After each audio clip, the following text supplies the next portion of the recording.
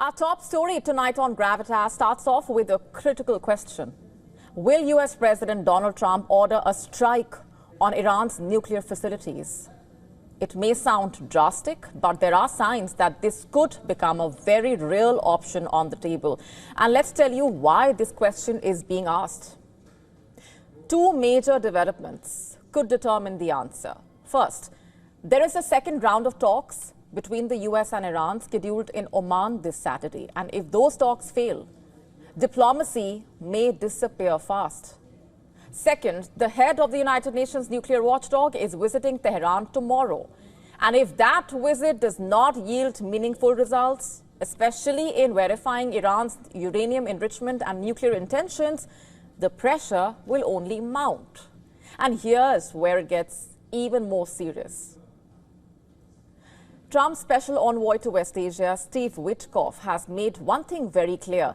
Any new deal with Iran must include strict verification mechanisms. That includes monitoring Iran's uranium enrichment levels and checking for any weaponization efforts.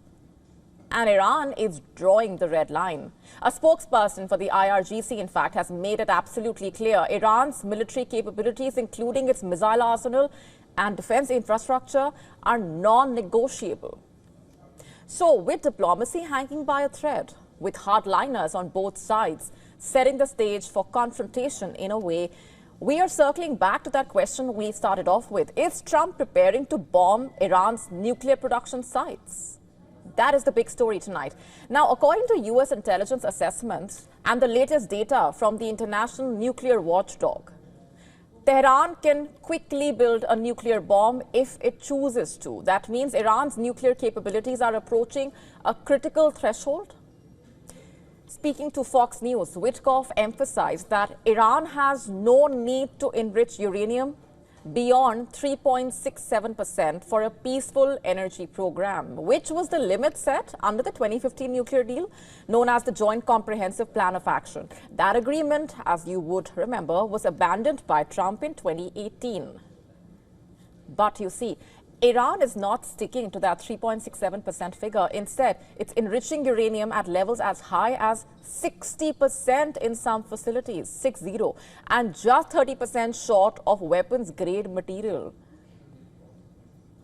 According to the International Atomic Energy Agency, Iran now possesses nearly 275 kilograms of uranium enriched to 60%.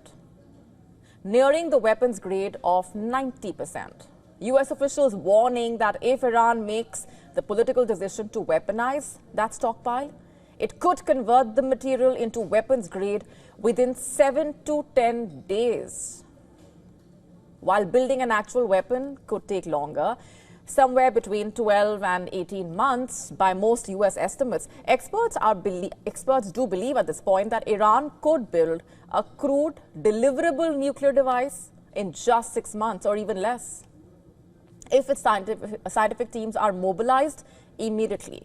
And here's the key point. Those teams already exist. US intelligence agencies believe Iran has assembled the technical personnel and infrastructure needed to build a bomb rapidly. That is, if the supreme leader gives the green light. So if Trump decides to bomb Iran's nuclear sites, what are his options? Here's a look at the map on your screen right now. These are the locations of Iran's nuclear sites spread across different parts of the country. It's important to note here that Witkoff stopped short of calling for a complete dismantling of Iran's nuclear infrastructure. Instead, he stressed on the importance of monitoring and verifying both Iran's enrichment levels and its missile development. He pointed out that weaponization is not just about nuclear material. It includes nuclear delivery systems, warhead design, the triggering mechanism for a detonation. These comments by Witkoff come just days after he led a high-level US delegation to Oman last week with Iranian officials, which both sides described as constructive. And in his first comments since the talks, Iran's supreme leader has said that the talks went well, further urging the US to not tie Iran's affairs to the second round of talks. These talks, incidentally, were the first direct engagement between Tehran and Washington since the 2015 nuclear deal collapsed. Iran's foreign minister, for that matter, who took part in those discussions, is expected to travel to Moscow later this week for further consultations with Russian officials.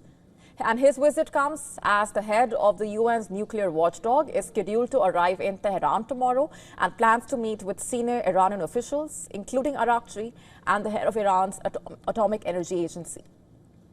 And even as diplomacy continues to play out, Iran's Islamic Revolutionary Guard Corps is drawing red lines. Similar to Khamenei's statements, a spokesperson for the IRGC, Iran's military capabilities, including its defense and missile arsenal, are non-negotiable in the second round of talks with the US, adding that national security matters are off the table, no matter what incentives or pressures the US brings to the table. And regarding Iran, US President Donald Trump told reporters in Washington, and I'm quoting here, "I'll solve that problem, and that's almost an easy one." Listen to this. I want them to be a rich, great nation. The only thing is, one thing, simple. It's really simple. They can't have a nuclear weapon. And they got to go fast because they're fairly close to having one. And they're not going to have one. And if we have to do something very harsh, we'll do it.